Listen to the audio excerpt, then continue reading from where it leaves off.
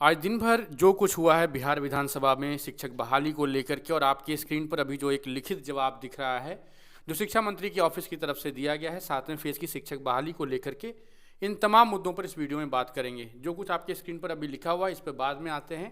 पहले जो कुछ विधानसभा में हुआ है उसके बारे में बात कर लेते हैं। कल राज्यपाल के अभिभाषण के साथ जो पूरा कार्रवाई है वो बंद हो गया था, आज फिर से शुरू हुआ। हालांकि बिहार का बजट जो है वो अभी भी पेश नहीं हुआ है, लेकिन आज कई मुद्दों पर वित्त मंत्री बोले हैं। वित्त मंत्री ने कई सारी बहालियों के बारे में जिक्र किया है, उसमें शिक्षा विभाग की शिक्षकों की बहाली भी उसमें उन्होंने मेंशन किया है।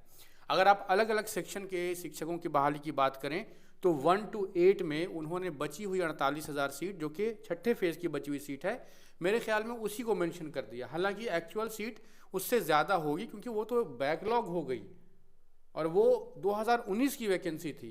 उस दरमियान में 2019 से लेकर के अब तक की वैकेंसी उसमें जुड़ेगी, तो वो ऐसा नहीं है कि 48,000 ही वैकेंसी आएगी। इस तरह की सोच रखने की ज़रूरत नहीं है प्राइमरी वाले लोग कैंडिडेट्स को। हालांकि वो 1 to 8 में 48,000 का जिक्र करते हुए दिखे। इसके अलावा उन्होंने 89,000 का जिक्र किया +2 के लिए, 44,000 का जिक्र किया उन्होंने 9-10 के लिए, जो कि काफ़ी हद तक सेटिस्फैक्ट्री नंबर है। पर प्राइमरी वाला जो संख्या दिख रहा है वो सेटिस्फैक्ट्री नहीं है, वो बढ़ेगा, उसके बारे में आप श्योर रहिए। इसके अलावा उन्होंने कंप्यूटर के 7360 पदों के सृजन के बारे में बात किया। सृजन के बारे में बात करना अलग बात है, टोटल कितनी वैकेंसी आएगी एक अलग बात है। तो उन्होंने सिर्फ सृजन के बारे में उन्होंने कहा कि सृजित किया गया है, तो हो सकता है कि उससे बढ़ा करके ही आए, उससे कम ना आए।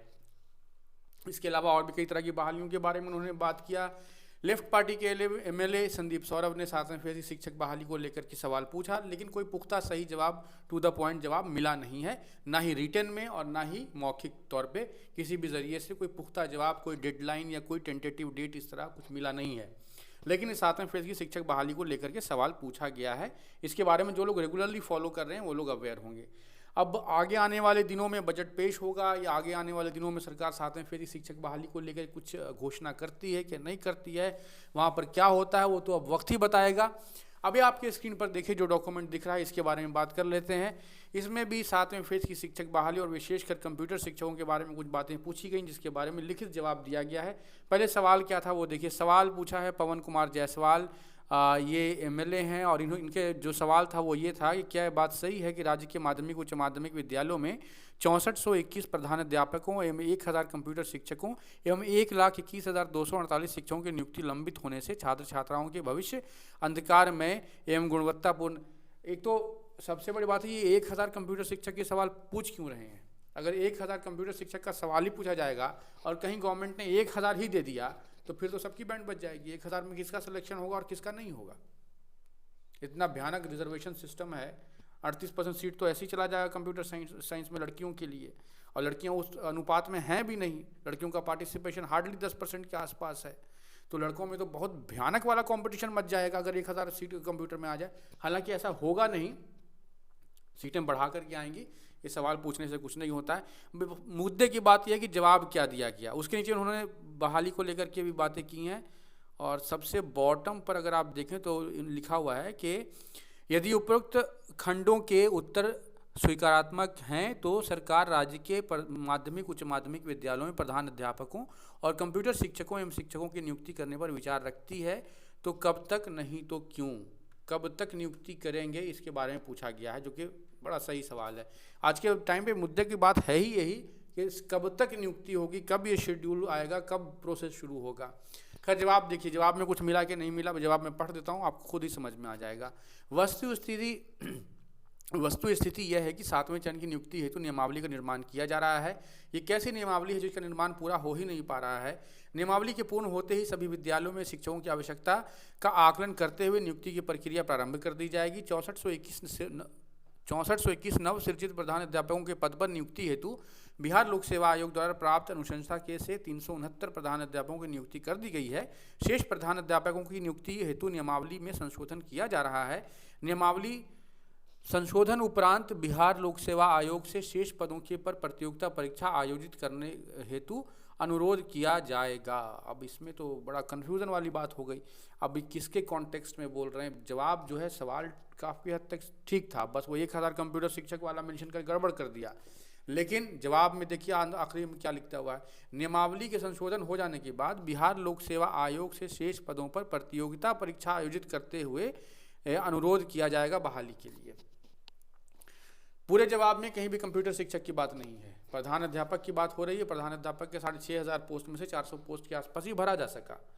और इनका नियमावली भी बदल रहा है, इसके बारे में भी आप लोग अवेयर हैं। तो हो सकता है कि जो जवाब वाला सेक्शन है वहाँ पर सिर्फ और सिर्फ प्रधान अध्यापक के कॉन्टेक्स्ट में ही बात किया जा रहा है, क्योंकि एक बार एग्जाम लिया, एग्जाम अब इतनी सलाहियत तो है नहीं, इतनी क्षमता तो है नहीं, जो ऑलरेडी टीचर हैं जिनको 10-10 साल का एक्सपीरियंस है कि 35% नंबर ला दें।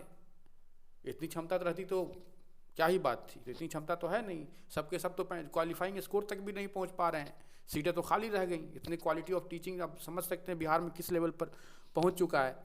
तो हो सकता है कि इस जवाब में उसी जो खाली रह गए हैं पद, उसी को भरने के बारे में बात किया जा रहा होगा, और मुझे ऐसा लगता है कि उसी के बारे में बात किया जा रहा है। ऐसा कुछ नहीं है कंप्यूटर साइंस वालों के लिए फिर से एग्जामिनेशन होगा। और नियमावली संशोधन इनका भी आप लोगों को पता है, कोर्ट से कुछ ऑर्डर आया था, जिसके बाद लोगों का ओपिनियन के नियमावली सही है कि गलत है, उसमें क्या चेंज किया जाए, ये सब चीज़ें आप लोगों को पहले से पता है, ये सब पहले हो चुकी हैं। तो मुझे लगता है कि जवाब वाले सेक्शन में उन्होंने कंप्यूटर शिक्षक की बहाली या 7वें फेज की शिक्षक बहाली को लेकर कोई जवाब दिया नहीं है। वो जो दोबारा एग्जाम की बात कर रहे हैं, वो बचे हुए जो पद हैं प्रधान अध्यापक वाले, उसी पर दोबारा एग्जाम की बात कर रहे हैं। अब दोबारा में क्या होगा, ये लोग थोड़ा सा रिलैक्स कर देंगे, क्वेश्चन थोड़ा आसान पूछ देंगे, या कुछ पैसे का, बीपीएससी तो पहले ही एक्सपर्ट है क्वेश्चन को बाहर लीक करवाने में। बीपीएससी के एक्सपर्ट करने वाले जो इसमें एक्सपर्टाइज था जिनका पेपर लीक करवाने में, उनको आजकल एक ज़िले का डीएम बना दिया गया एग्जामिनेशन कंट्रोलर को, जिनके एग्जामिनेशन कंट्रोलर रहते हुए बीपीएससी का पेपर बाहर गया। तो ऐसे ऐसे लोग रहेंगे तो फिर तो सीट भरना ही है। तो खैर सीट भर दे इस बार सरकार, जैसे भी भरना है।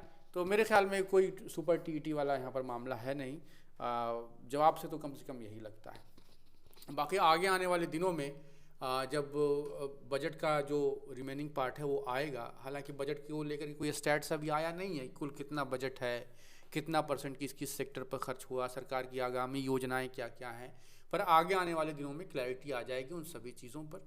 तो वेट कीजिए, इसके सिवा और कोई ऑप्शन भी नहीं है। वैसे भी इस महीने में जो अपकमिंग महीना है उसमें कुछ होना नहीं है, मुझे पूरा ये बजट सेशन में ही जाएगा और उसी में सरकार उलझी रहेगी। तो बहुत कम ही चांस लगता है कि ऐसा कुछ हो पाएगा, कुछ बड़ा इनिशिएट कर सके। हो सकता है बीच में कहीं नियमावली अप्रूव हो जाए, या लेकिन मतलब चूंकि सारे पॉलिटिशियंस तो इधर बिजी हो गए। अब ये तो लंबा सेशन है, ये तो 5-10 दिन का है नहीं सेशन, बजट सेशन। तो देखते हैं आगे चले क्या होता है, लेकिन उम्मीद यही करते हैं कि नियर फ्यूचर में कुछ अच्छा हो, बहाली का रास्ता खुले और लोग जो इतने टाइम से इंतज़ार कर रहे हैं। लेकिन कंप्यूटर साइंस वालों को कोई घबराने की ज़रूरत नहीं है, किसी को भी परेशान होने की ज़रूरत नहीं है। जो एग्ज़ामिनेशन हो गया वो हो गया, बस सीटें बढ़ें और ठीक ठाक बहाली हो, जल्दी जल्दी बहाली हो, और करप्शन भी कंट्रोल में रहे, पहले की जैसा ना हो जैसे पहले हुआ करता था। तो खैर यही सारी चीज़ें हैं। बाकी आगे आने वाले दिनों में जो कुछ भी होगा विधानसभा में उस पर नज़र रखेंगे। तो जो भी होगा अपडेट 7वें फेज की शिक्षक बहाली से संबंधित, उसको मैं आप तक पहुंचाने की कोशिश करूंगा। Thank you.